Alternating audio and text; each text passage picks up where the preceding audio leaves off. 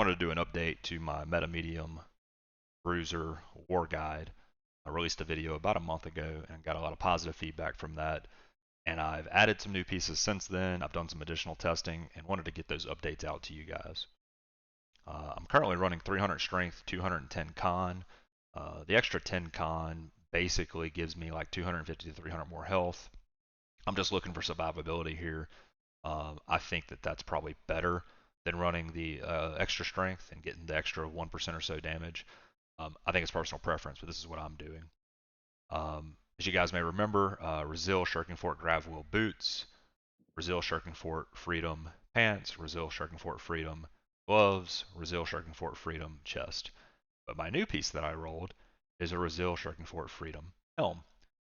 So I was running this crit ret helm, Resil Shirking Fort crit ret. I think crit ret's good. It does give you some additional crit chance. That allows you to heal whenever you crit. It does more damage. I think crit ret's a good perk. I was also playing around with Maelstrom on my helm, and I just didn't feel like it was very impactful for me. It didn't seem like it was doing much. Sometimes Maelstrom misses altogether, and it just seems like a wasted perk. Since I've started running for Freedom, I've noticed that I'm able to get our roots more. I've noticed that dodging the shockwave combo is easier for me. I don't have the best ping. I don't have the best reflexes, and so technically 3 freedoms all you need. But if you're a boomer like me and you don't have those Fortnite reflexes, 4th freedom is a really nice perk to have for getting out of some of those combos, and then frankly just to deal with all the roots, all the ice showers, and all that stuff. So really excited about the new helm. I believe I had this axe last time, refreshing move, thwarting strikes, attunement. Really good axe, really good single target damage.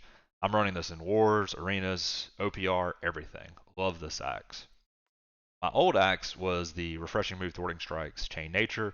I think chain's still a good axe. It's like half the price if you were trying to buy these axes outright. It's much easier to roll. I just got lucky rolling the attunement axe for myself. I'm not really playing chain axe anymore. I just find that attunement's more damage and it works better for me. This hammer is a new piece that I rolled.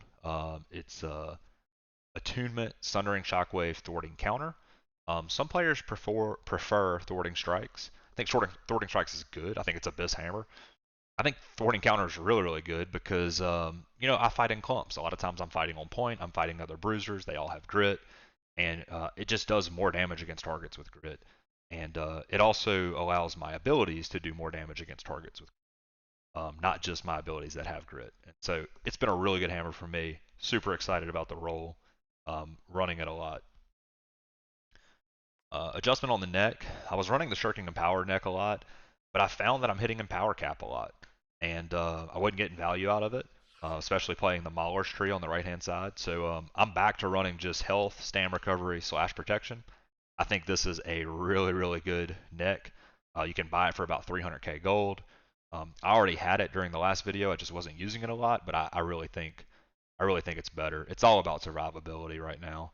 Just so much damage in the game. This was my old Shirking and Power neck. You can buy one of these for like 200k to 250k.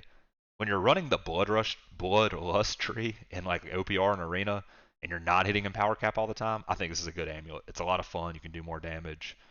And then if you don't have either, Champion's Amulet's still the way to go. Just get it off your PvP track. I've been running the /Invig Leeching Ring a lot. I used to run /Invig Hardy. I felt like I needed the extra 10 stamina to manage my stamina. It was just a little more forgiving, but I've kind of got that figured out. The Bruiser dance is getting better for me. I'm not stamming out unless I'm rooted. That tends to happen. And so leeching gives me like 50 to 60 health per hit. It's not a lot, but it's lanyap, and combined with my regenerating earring, if you take the leeching plus that, I've probably got an effective HP pool of like 1,000 to 1,500 more between those two perks. And so I am hard stuck on regenerating for the earring, pretty hard stuck on leeching.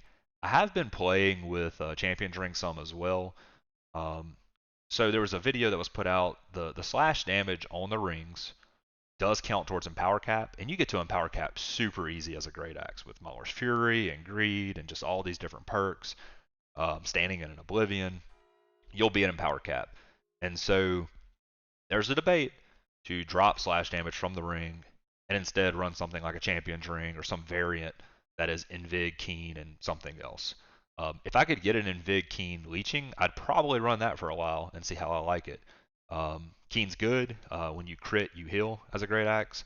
When you crit, you do more damage as a great axe. It's a good perk. So if you don't have an Invig Slash ring, just run Champion's Ring.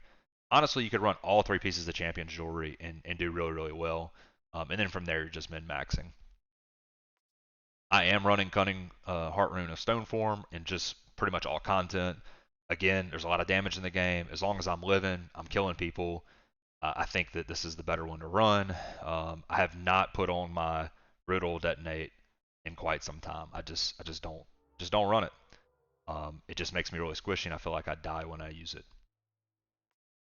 Of course, we are using an Arboreal Gambit in both weapons. I may switch this to Electrified Gambit, just because I do have some concerns with Arboreal maybe overlapping itself when I swap weapons and apply hits. So I think that may be the play to do. I need to do some more testing on that. But I think Gambit or Opal is really what you want to be running in both of your weapons to get the most out of your damage. It is not part of Empower Cap. I personally tested it myself yesterday. It is just flat more damage when you don't have max stamina. So it's absolutely worth running an Opal. The last thing is I did release a video about runeglass, punishing runeglass. I used to be a big fan of punishing runeglass.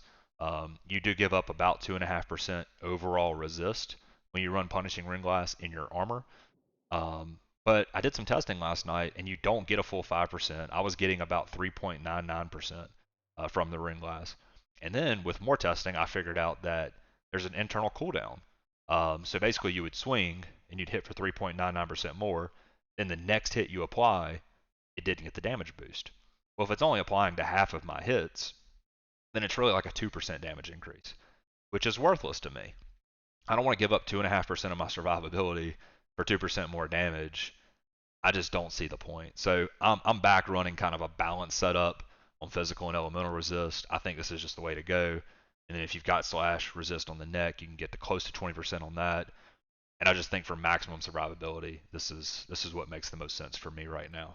So I hope this video is helpful for you guys. Be sure to ask any questions. I love questions. I'll try to respond to everything I can. Thank y'all so much.